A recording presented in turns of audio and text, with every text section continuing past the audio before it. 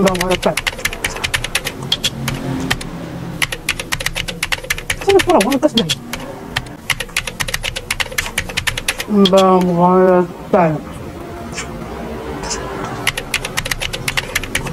So, ayun mga katrops, bago nga nangyari yung kababalaghan na yun, ay tara, samahan nyo muna akong magluto ng aming ulam ngayong araw. Bale, ang lulutuin ko nga pala ngayon ay ginisang sayote na sinahugan ng karne ng oing-oing. Nagayat ko na nga rin pala yung mga sangkap na gagamitin ko. Kaya naman tara, simulan na nga nating magluto mga katrops. Pinagmantika ko nga lang pala itong taba ng baboy dahil hindi na nga tayo maglalagay dito ng mantika. At ayan, gisa-gisahin nga lang pala natin dito yung bawang at sibuyas mga katrops. Sunod naman nating gigisahin na itong kamatis. Di ko alam kung ilang piraso ito dahil hindi nga ako yung naggayat neto. Ayan, gisa-gisahin lang natin ito mga katrops. At kapag ganito na nga siya na nadudurog-durog na, ay pwede na nga nating isunod na ilagay itong karne ng baboy. Maliliit na gayat nga lang pala yung ginawa ko dyan pang sahog. At ayan, halu-haluin nga lang natin para nga magisa. Kailangan nga lang natin itong gisahin ng maigi para nga matanggal yung pagkamalansa niya. Tsaka para na din mas maging masarap. Ngayon naman ay pwede na tayong maglagay dito ng pampalasa. Naglagay nga lang ako dito ng durog na paminta, kaunting asin at itong kaunting toyo. Maglalagay rin pala ako dito ng kaunting magic sarap para nga mas lalong maging masarap. Tapos ayan, halu-haluin nga lang natin hanggang sa maiga na nga yung sabaw niya. At nung mapagmantika ko na nga ito, ay pwede na nga nating isunod na ilagay dito yung mga nagayat na sayote. Bale, kung nakikita nyo nga, isang plangga ng sayote nga ito. Dinamihan na nga nila dahil ulam na nga daw ito hanggang sa hapunan. Bale, ang ginawa ko nga gayat dito sa sayote ay pahaba na manipis. Yung iba kasi ang ginagawa nilang gayat ay yung pa-square na maliliit. Pero sa bagay, kahit anong gayat naman ay pwede naman. Bale, para nga mas maging masarap itong ating ginisang sayote, ay naglagay na nga pala ako dito ng maliit na sachet na oyster sauce. Tsaka nagdagdag lang ako dito ng asin at kaunting toyo mga katrops. Tapos ayan, halu-haluin lang natin ito bago natin ito lagyan ng tubig. At pagkalipas nga lang ng mga ilang minuto, ay ayan, luto na nga itong ating ginisang sayote na sinahugan ng karne ng oing-oing. Abay, tignan nyo naman yan mga katrops. Simpleng ulam pero alam mo nang napakasarap. Tsaka napakadali pang lutuin. Mga katrops, mga tayo.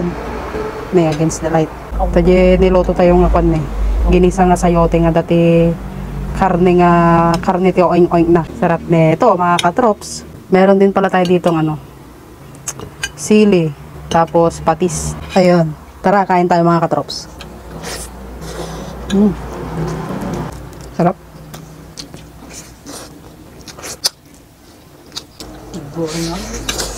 Iya mas.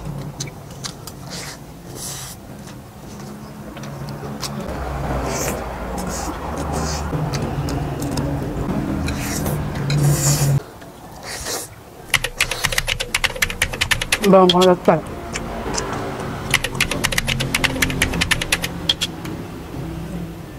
Saan nagpuraw? Ang nagkasjay. Vamos a estar.